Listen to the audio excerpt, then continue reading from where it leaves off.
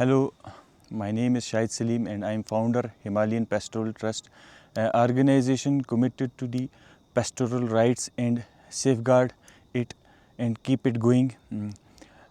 This Himalayan region is the home to the largest pastoralist group in the South Asia. Our organization is working on the multiple initiatives. One among the initiative we are working is the Grassland Restoration, which I am going to explain it today. Pastoralists are seeing the change. The changes are reflected in the in terms of in the last 2 decades, the herd size of an average pastoralist household has decreased from 80 to 36, which is forcing many to quit the profession because the viability of the profession is being threatened by a host of reasons. Among the most prominent the grasslands are not in a way that they are able to feed it to the pastoralists, because this have promoted many to destock. Climate change impacts like prolonged drought are leading to the low fodder productivity, which pastoralists adopt by destocking.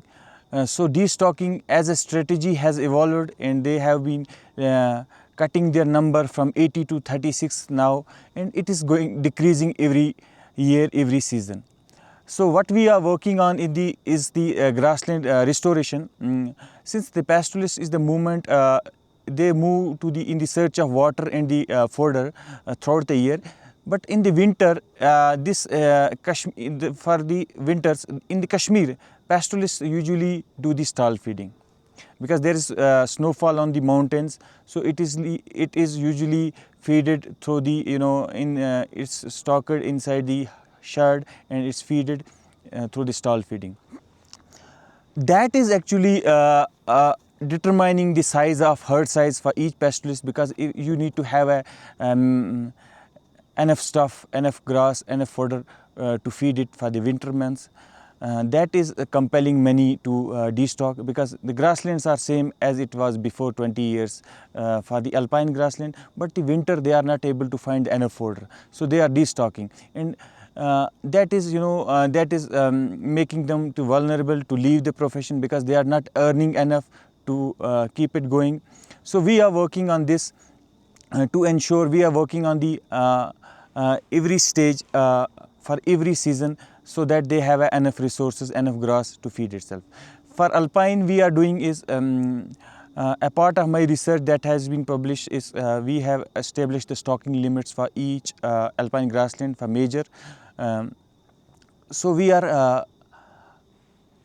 redevising the grazing plans with sitting with the community involvement, and we are creating the alternative water source where they can graze, because grazing in the alpine range is when there is ample amount of grassland availability, but there is a shortage of water sources. So they cannot graze the area which is having the grassland availability but not the water, because in a daytime, once or twice a day, the livestock need a water.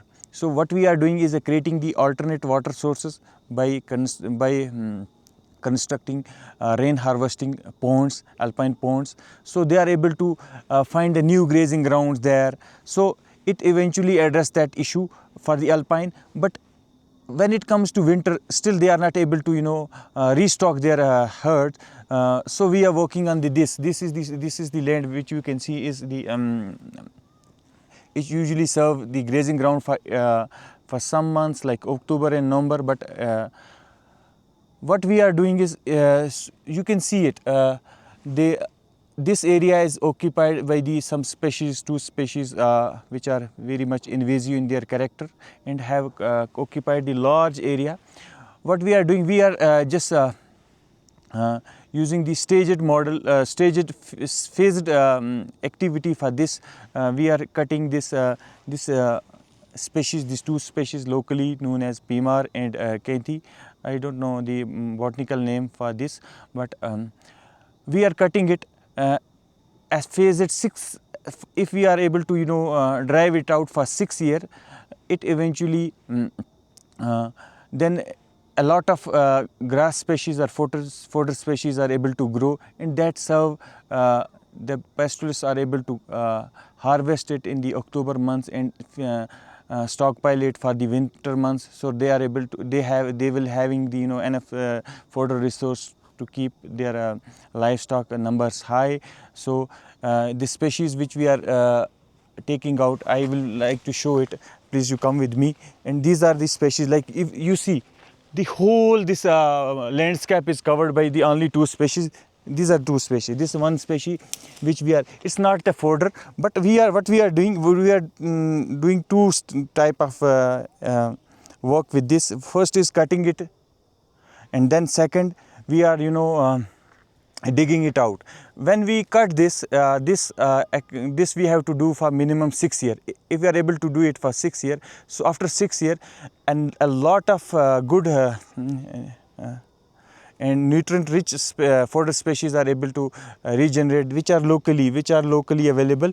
And the other is, if you are able to dig it out, so it this we can complete in 2 years. So these species are taken all over. So we have used another thing with this, is we have used seed balls for these species, which are nutrient rich fodder species, to regenerate, to reclaim the pasture, so that the pastoralists have an option to restock, to make the profession viable again, to keep it going. So this area, which earlier we have in last month, we have seeded a total of 5 hectares of the land we have seeded with the pebble pellets, and then we have also planted the legumes here. We are hopeful that we will be able to revive these pasture lands. We will be able to regenerate these pasture lands, so that it serve as a surplus grazing ground, which locally is also known as a carp or a ruck.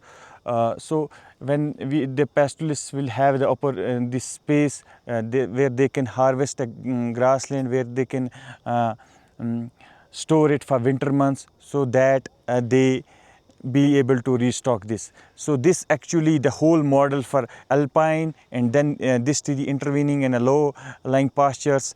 If we are able to connect this and carry out in a phased manner, it actually has a potential to double the livestock numbers and double the pastoralist income. That's the solution we are working. We have already selected a 10 hectares of land which we are clearing for this species. These are invasive species, are not useless for this. Actually these species predominantly are found in area like the windward side of the mountains. The other side we have a very good species rich forest area, but in this side, which is the windward side, we only see that these 2 species are overtaking everything. This was actually a grazing ground some years back, but now it is, the species are taking over, and we are working to reclaim this. And we are hopeful that in a very short period of time, we have already worked on this for last year. So this year, after this year, we will be able to reclaim a 10 hectares land, which will 1 hectare land would have a capacity to accommodate 100 sheep per month. So that's great. This is a great number, and eventually forcing pastoralists, if he will be having an abundant forage, so he will be restocking this. Thank you.